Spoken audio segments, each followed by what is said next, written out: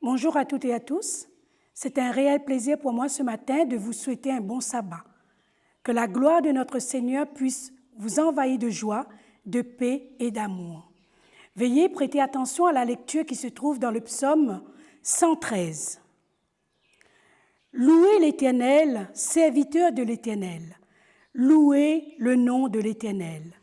Que le nom de l'Éternel soit béni dès maintenant et à jamais.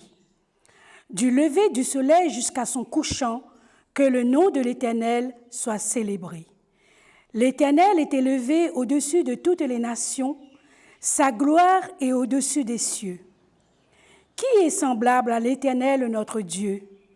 Il a sa demeure en haut, il abaisse le regard sur les cieux et sur la terre. De la poussière, il retient le pauvre, du fumier, il relève l'indigent, pour les faire asseoir avec les grands de son peuple. Il donne une maison à ceux qui étaient stériles. Il en fait une mère joyeuse au milieu de ses enfants. Louez l'Éternel. Amen. Prions. Notre Dieu, notre Père éternel, nous te remercions pour ce jour du sabbat que tu nous donnes. Merci aussi pour ta parole qui nous aide à avancer et qui nous permet, Seigneur, de te connaître davantage. Permets que nous puissions avoir ton Saint-Esprit et que ton Saint-Esprit puisse nous toucher et que nous puissions aussi mettre en pratique le message que tu vas encore nous dire. Bénis-nous encore abondamment et pardonne nos fautes et nos manquements envers toi. Et c'est dans le nom et dans le mérite de Jésus que nous t'en prions. Amen. Je vais vous lire le texte de base qui se trouve dans Galates 5, 22. Le fruit de l'esprit, c'est l'amour, la joie, la paix, la patience, la bonté, la bienveillance, la fidélité, la douceur, la tempérance.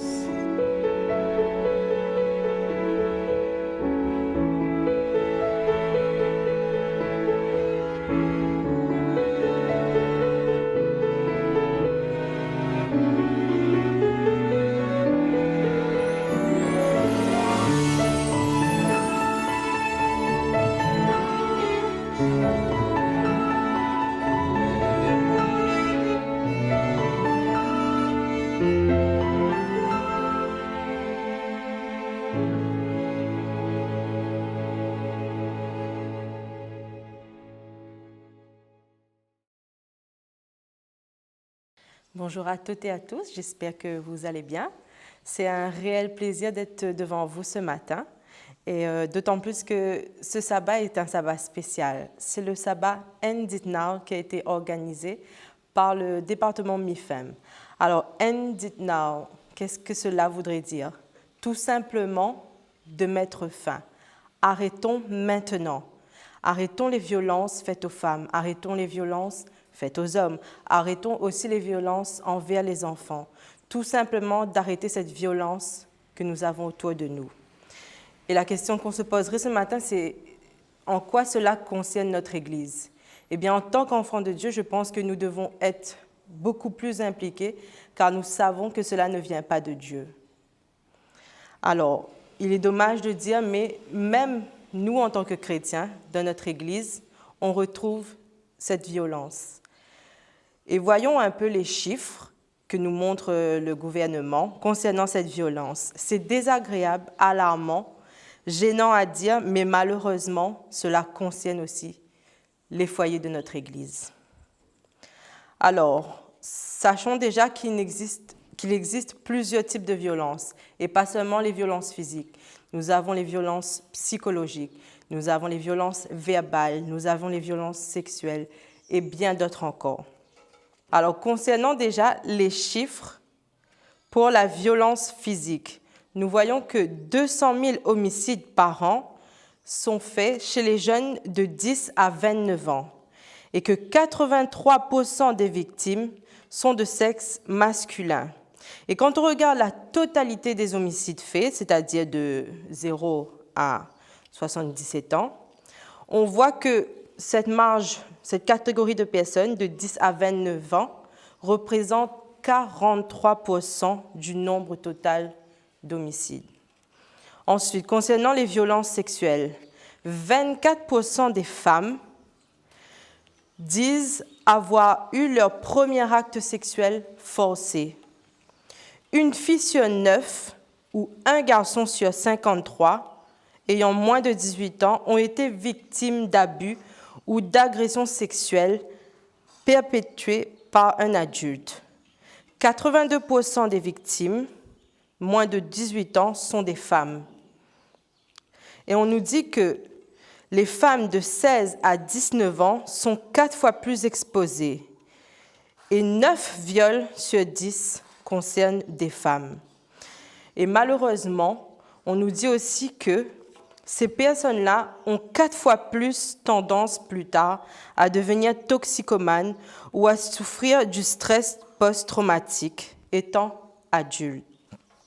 Aussi, on nous dit qu'elles sont 3 fois plus susceptibles de vivre un épisode dépressif majeur en tant qu'adultes. Nous voyons que les chiffres sont alarmants. Malheureusement, cela concerne aussi notre Église. Mais ne nous arrêtons pas là. Ce n'est pas parce que nous avons ces résultats-là que nous devons nous figer là-dessus. On nous dit aussi que ces violences se sont augmentées au fil des années grâce à Internet que nos jeunes fréquentent. Il y a aussi beaucoup d'agressions sur le net, comme la cyberintimidation, les agressions sur le net. Alors, si je vous ai rappelé ces chiffres, c'est tout simplement pour que nous puissions avoir une idée de l'ampleur que cela a, pour que nous puissions prendre conscience des dégâts que cela puisse faire sur la société. Et la question qui se pose, c'est où commence cette violence ? D'après vous, où commence cette violence? Parce que bien souvent, nous voyons la société, nous la jugeons. Nous jugeons nos jeunes d'aujourd'hui, ceux qui sont dans la rue. Mais la question est où commence cette violence?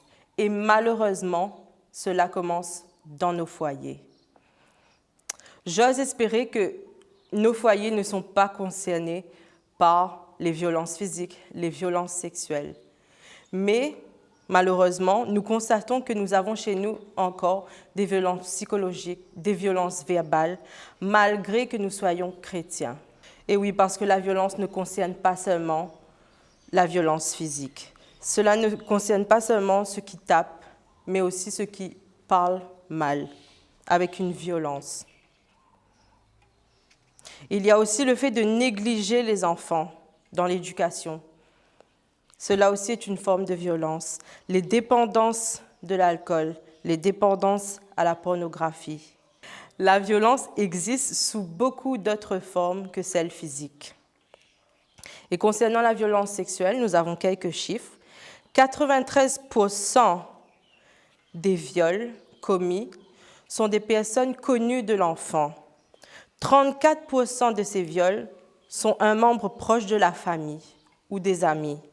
Et seulement 7% sont des personnes inconnues à l'enfant. Alors nous voyons à quel point c'est grave et que cela concerne déjà le foyer. Et les conséquences sur ces enfants, c'est qu'ils grandissent en étant perturbés. Cela perturbe le développement du cerveau de l'enfant et compromet aussi le système nerveux et immunitaire, entraînant aussi dans le futur des problèmes d'alcoolisme, de dépression, de troubles alimentaires, de rapports sexuels non protégés, de VIH, de sida, de maladies cardiaques, de cancer et plein d'autres maladies chroniques. Mais observons maintenant l'enfance du Christ. Comment a été celle du Christ? Je vous invite à prendre avec moi Luc 2, verset 52. On nous dit dans Luc 2, verset 52, « Et Jésus croissait en sagesse et en stature et en grâce devant Dieu et devant les hommes. » Alors nous avons là 3 adjectifs qui définissent comment grandissait Jésus. Tout d'abord, en sagesse. Cela veut dire qu'il avait en maturité psychologique et spirituelle. Ensuite, en stature. Cela nous dit qu'il avait une santé et une force physique. Enfin, on nous dit en grâce. qui veut tout simplement dire avec la faveur du peuple et de Dieu, donc avec du caractère et de la personnalité. Et Ellen White nous dit encore à ce sujet, le court récit de ses premières années est tout plein de significations. Le petit enfant, en parlant de Jésus, grandissait et se fortifiait. Il était rempli de sagesse et la grâce de Dieu était sur lui. Dans le rayonnement de la présence de son Père, Jésus croissait en sagesse, en stature et en grâce devant Dieu et devant les hommes. Son esprit était actif et pénétrant. Il était plus réfléchi et plus sage que les enfants de son âge. Son caractère avait un équilibre magnifique. Ses facultés intellectuelles et ses forces corporelles se développèrent graduellement en harmonie avec les lois de l'enfance. Alors si même nous voulons cela pour nos enfants, on nous dit qu'il leur faut une certaine sécurité physique, émotionnelle, spirituelle, sexuelle et psychologique, pour avoir un certain équilibre en grandissant. Et cela, comme on l'a dit, commence déjà au sein de notre foyer. Je pense que nous tous, en tant que chrétiens, nous aimons nos enfants. Et pour pouvoir leur donner l'exemple, leur éduquer, il faut que nous soyons nous-mêmes cette personne que nous voulons que notre enfant soit. Bien sûr, à l'image de Jésus. Alors, on nous dit, si nos enfants regardent les parents en train de se disputer, on voit le père en train d'agresser la mère, est-ce que la maison est un endroit sécurisant pour l'enfant? Non. Si il voit une victime d'agression ou d'abus sexuels de la part de sa famille ou de ses proches, est-ce que cela est un endroit sécurisant pour l'enfant? Non. S'il vit dans la crainte et dans la peur d'être constamment critiqué par ses parents ou par sa famille, est-ce que cela est un endroit sécurisant pour votre enfant? Si à chaque erreur et à chaque échec qu'ils font, ils servent de honte à la famille, est-ce que cela est un endroit sécurisant pour l'enfant? S'ils ne peuvent pas s'exprimer librement, que ce soit dans leurs émotions, dans leurs craintes, dans leurs préoccupations, comment voulez-vous que vos enfants se sentent en confiance avec vous? S'ils gardent constamment le silence concernant des sujets spirituels, comment voulez-vous que votre enfant grandisse et soit en confiance même avec Dieu? S'ils observent leur famille, leurs proches, surtout leur père, avoir du pouvoir sur la famille, du pouvoir sur la femme, est-ce que cet enfant va grandir dans un environnement sécurisant? Bien sûr, cela ne veut pas dire que l'enfant a le droit de tout faire. Et pour cela, justement, il nous est raconté une histoire. Cette histoire, la personne n'a pas de prénom, mais on va l'appeler Léa. C'est une enfant qui grandit avec un certain confort. Et en grandissant, en fait, elle a été tellement élevée, je ne dis pas qu'il faut rabaisser vos enfants, mais tellement élevée qu'elle se croyait au-dessus de tout. Ses pensées passaient avant tout. C'était ses besoins avant tout et les autres, ça ne l'intéressait pas. Et en grandissant, elle a continué à exercer ce pouvoir sur les autres, à faire en sorte que ce soit que ses opinions à elle qui comptent. Et on nous dit que ses alentours, ses proches, étaient malheureux de cela. Mais les personnes qui ne la connaissaient pas, et en grandissant, elle a rencontré des personnes qui justement la trouvaient gentille, formidable, mais ne connaissaient pas ce trait de caractère. Et on nous dit que lorsque ces personnes ont vu à quel point elle faisait souffrir ses proches, ces personnes même ont cessé de donner de l'importance à Léa. Et on nous dit que c'est à partir de ce moment-là que son entourage a commencé à guérir. Et on nous dit que même Léa, au final, elle ne se sentait pas heureuse parce qu'elle n'avait pas ce bonheur que procure le fait de rendre service aux gens, d'aider les gens et de faire passer les autres avant. Et voilà, si je vous dis cela, c'est tout simplement pour vous montrer comment l'éducation a un impact sur nos enfants, mais aussi sur son entourage et même sur la société. Les enfants que nous élevons, il faut savoir que ils vont aller à l'extérieur.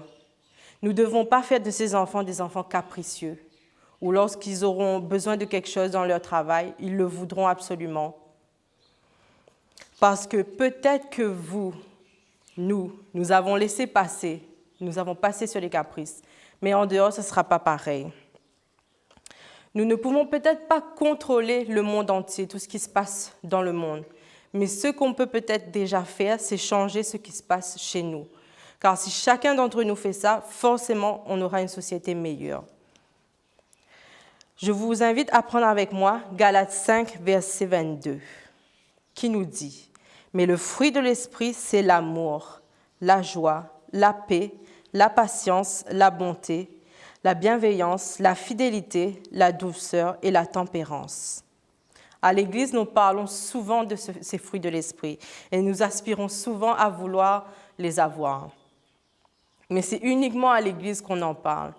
Mais lorsque nous sommes chez nous, est-ce que nous pensons à appliquer cela chez nous? Est-ce que nos foyers vivent avec ces fruits de l'esprit? Lorsque nous rentrons chez nous, est-ce qu'il y a de la joie? Est-ce qu'il y a de l'amour? Est-ce qu'il y a de la paix?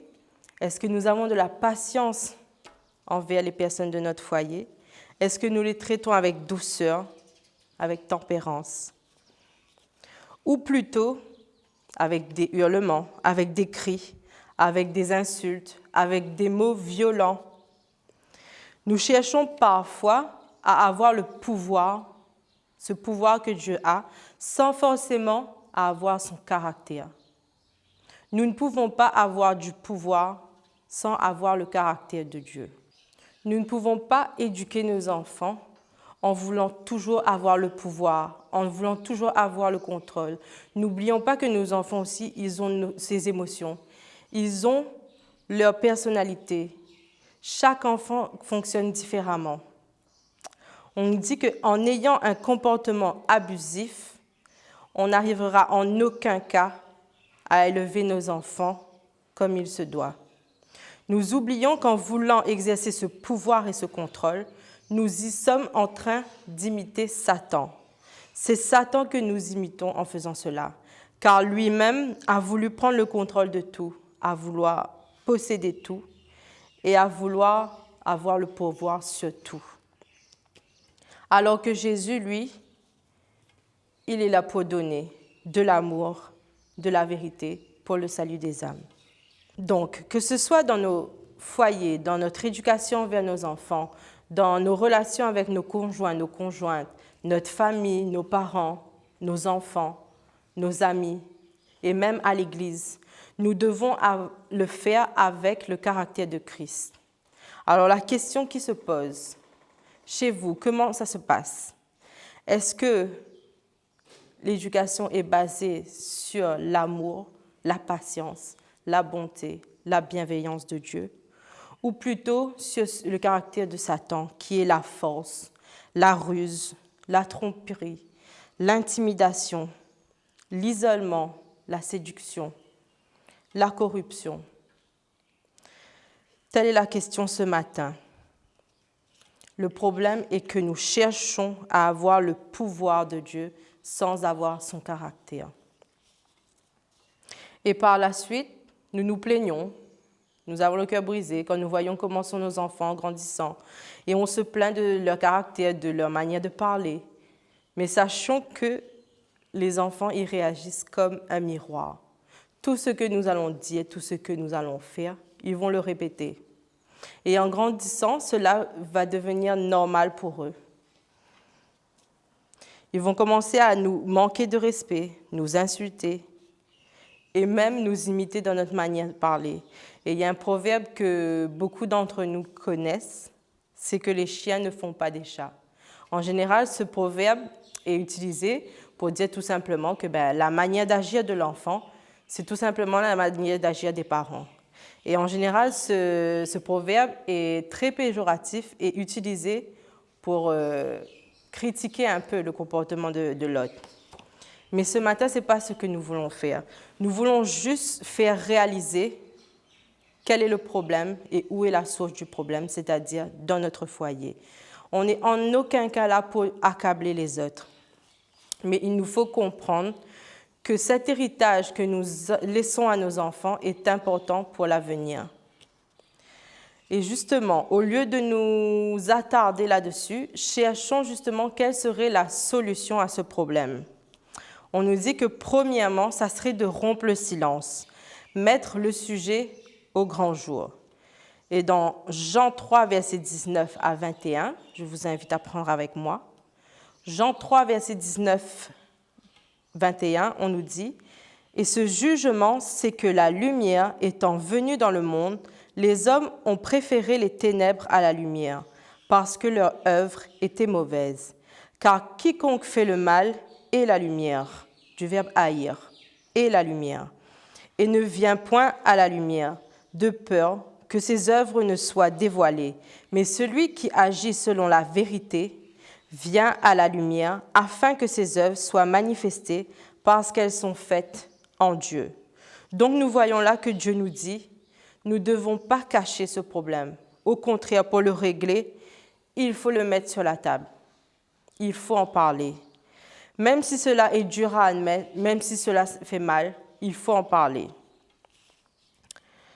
Deuxièmement, on nous dit qu'il faut aspirer à créer un foyer reflétant le caractère de Dieu, l'amour, la compassion, la patience, la joie et tous les traits de caractère de Dieu. Comment pouvons-nous dire que nous sommes des enfants de Dieu si nous agissons avec violence dans nos foyers? N'oubliez pas qu'à l'inverse des fruits de l'esprit, nous avons aussi les œuvres de la chair. Je vous invite à prendre avec moi Galates 5, versets 19 à 21. Galates 5, versets 19 à 21 nous dit « Les œuvres de la chair sont manifestes. Ce sont l'impudicité, l'impureté, la dissolution, l'idolâtrie, la magie, les inimitiés, les querelles, les jalousies, les animosités, les disputes, les divisions, les sectes, l'envie, l'ivrognerie, les excès de table et les choses semblables. Je vous dis d'avance, comme je l'ai déjà dit, que ceux qui commettent de telles choses n'hériteront point le royaume de Dieu. » Alors Dieu part loin dans ses propos. Paul part loin dans ses propos. Il nous dit que ceux qui commettent cela n'hériteront pas du royaume de Dieu. Alors mes chers frères et sœurs, est-ce que chez vous, vous avez des jalousies, des querelles, des animosités, des disputes, des divisions? Dieu nous dit que en exerçant cela, nous ne pouvons pas rentrer dans son royaume. Alors il est temps d'y mettre un terme. C'est dommage de le dire, mais bien souvent, nous sommes plus gentils, plus serviables avec les personnes de l'extérieur, que ce soit des amis, des collègues. Mais en ce qui concerne le foyer, nous prenons un caractère un peu plus dur. Nous sommes moins serviables, moins gentils, moins patients, alors que c'est justement là où tout commence.